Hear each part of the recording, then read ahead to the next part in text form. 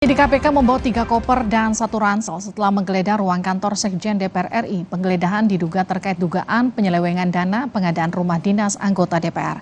Penggeledahan penyidik KPK dilakukan sejak pukul 11 siang hingga pukul 5.30 sore. Penyidik KPK menggeledah bagian keuangan Sekjen DPR RI.